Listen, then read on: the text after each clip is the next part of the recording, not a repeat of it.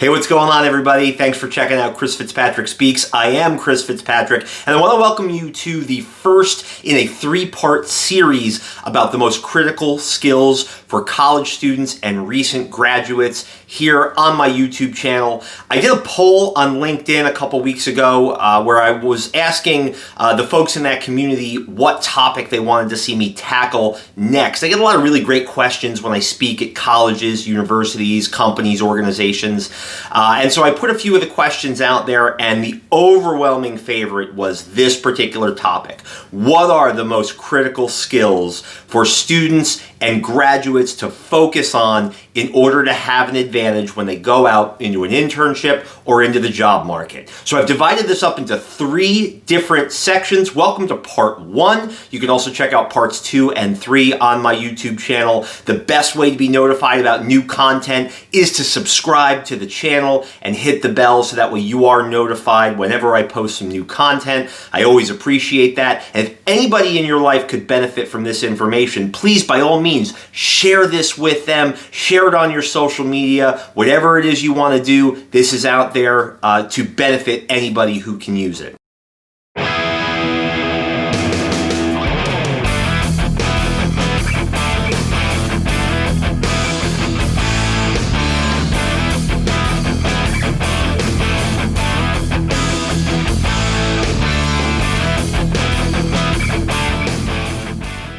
Now, in this first section, I want to divide these skills into 3 distinct categories. And these categories are technical skills, transferable skills, and essential skills. So let's talk about each one in a little bit more depth, beginning with technical skills.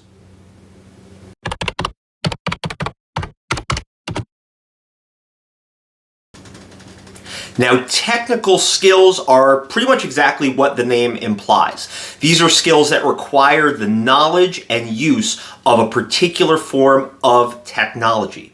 These were historically referred to as hard skills, and what you're going to notice in this and many of my videos is that I try and move us away from dividing these skills into hard skills and soft skills. I think they're misnomers. I don't like those categories because it almost suggests that hard skills are more difficult or more important than soft skills, which is not the case at all. As a matter of fact, the inverse may very well be true.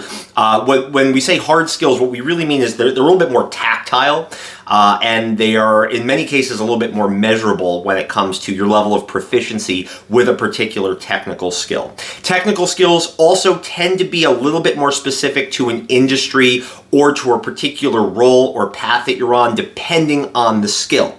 Some of them are hyper-focused. So, for example, for anybody out there who is studying mechanical engineering, some form of computer-aided design program is going to be a technology you'll want to pick up at some point, but you're not really going to need computer-aided design if you want to go into product marketing necessarily. So you'll see that those skills may be a little bit more specific or a little bit more honed in on a particular industry. There are some technical skills that are a little bit more universal, a little bit more ubiquitous. Examples of that might be word processing software, whether you use something like Microsoft Word or a spreadsheet software like Google Sheets or Microsoft Excel, Outlook, any sort of email and scheduling tool. These are all examples of technical skills that are a little bit more universal and in many cases are really required for most jobs, but they still require knowledge of a particular technology. These skills are infinitely teachable. You can learn these skills in a variety of different ways that we're going to cover in part 2 of the series. But with technical skills, it is absolutely critical to understand what the skills are that are going to be necessary for you to function in a path that you're interested in. So this is where your research really comes into play.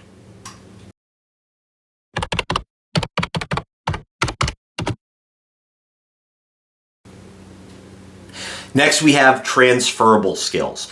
Again, the name sort of suggests what the skill does, and transferable skills are skills that are portable across many different industries and many different roles.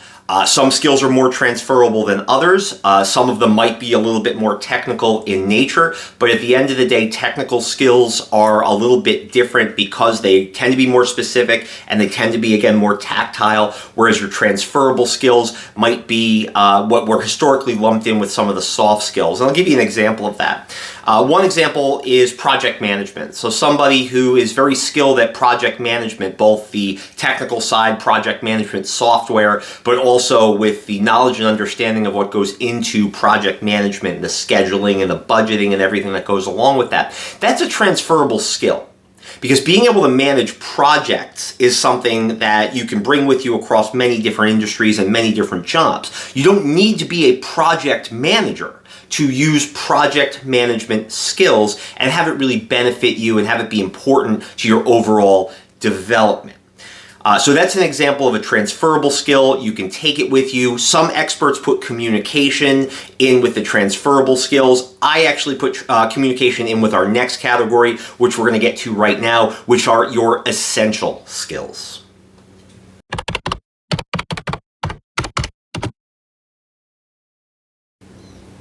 Now, essential skills, again, just like the name suggests, are critically important. These skills are essential for just about anybody entering the professional world to be able to function, to be able to succeed, and to be able to grow. Essential skills are often also referred to as power skills. I also love the term human skills, although human skills can also apply to the transferable category. But essential skills or power skills, these are broadly applicable to almost any role in any industry that you could have anywhere. A great example of an essential skill is emotional intelligence. It is important to possess self-awareness, self-management, empathy, social awareness, social management in almost any situation that you could imagine to be able to apply those skills in that particular area. I put communication skills in the essential skills category because essential skills, communication, that is one of the biggest gaps in the professional world right now, and you need to be able to communicate effectively with others, with bosses, with customers, with teammates in order to be successful in the professional world.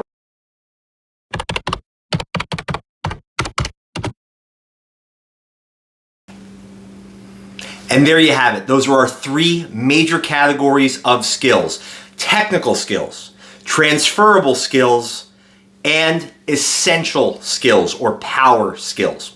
Now, when I mentor other people, whether they're students or they're professionals, one of the activities I have them do is called a SWOT analysis. And if you've taken a business course, you might be familiar with the term SWOT analysis. SWOT, strengths, weaknesses, opportunities, and threats. Historically, companies have used this in order to self-assess the organization. What do they do well? What are their strengths? What helps to separate them from the competition? Weaknesses. What are our challenges? What do we not do well? What do we need to work on and improve on? Opportunities and threats. What's going on in our environment? What is happening in the world around us? What's the competitive landscape? What opportunities can we try to take advantage of? And what threats do we need to be aware of so we can manage them? I'm a believer that this activity is an outstanding way for an individual to become more self-aware. So, anybody who takes out their smartphone right now and uses the QR code on the screen and provides feedback on today's video, Skills for Students Part 1, I will give you a PDF printable copy of a personal SWOT analysis that you can utilize at any time to help self-assess what you do well, what you'd like to work on, and what opportunities and threats exist for you in your environment. You can use this sheet with a mentor of yours, you could use it with a supervisor, you could use it just for yourself, anybody you trust. But if you use the QR code or if you use the link that you see on the screen and you provide me feedback on this video, I will send you a PDF copy of this personal SWOT analysis that I use when I speak at colleges and universities or at companies or at conferences, and you'll be able to use it for yourself. And as a matter of fact, here is what that SWOT analysis looks like. You see here all 4 quadrants: your strengths, your weaknesses, your opportunities, and your threats.